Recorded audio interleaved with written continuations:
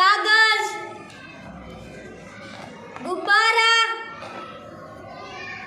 और माचिस। तो चलो हमें तजुर्बा शुरू करते हैं। सबसे पहले हम कागज को जला लेंगे।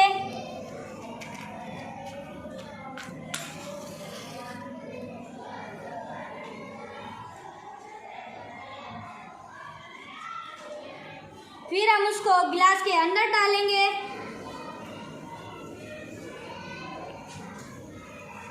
फिर हम उसके ऊपर गुब्बारा रखेंगे।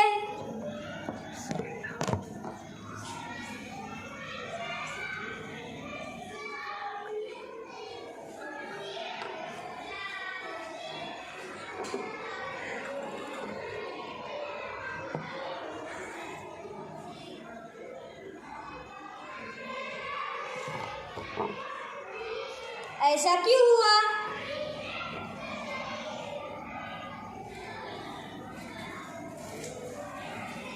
मैं बताता हूँ।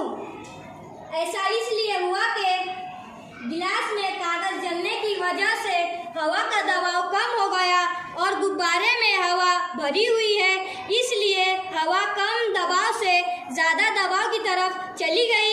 इससे गुब्बारे गिलास के अंदर चला गया।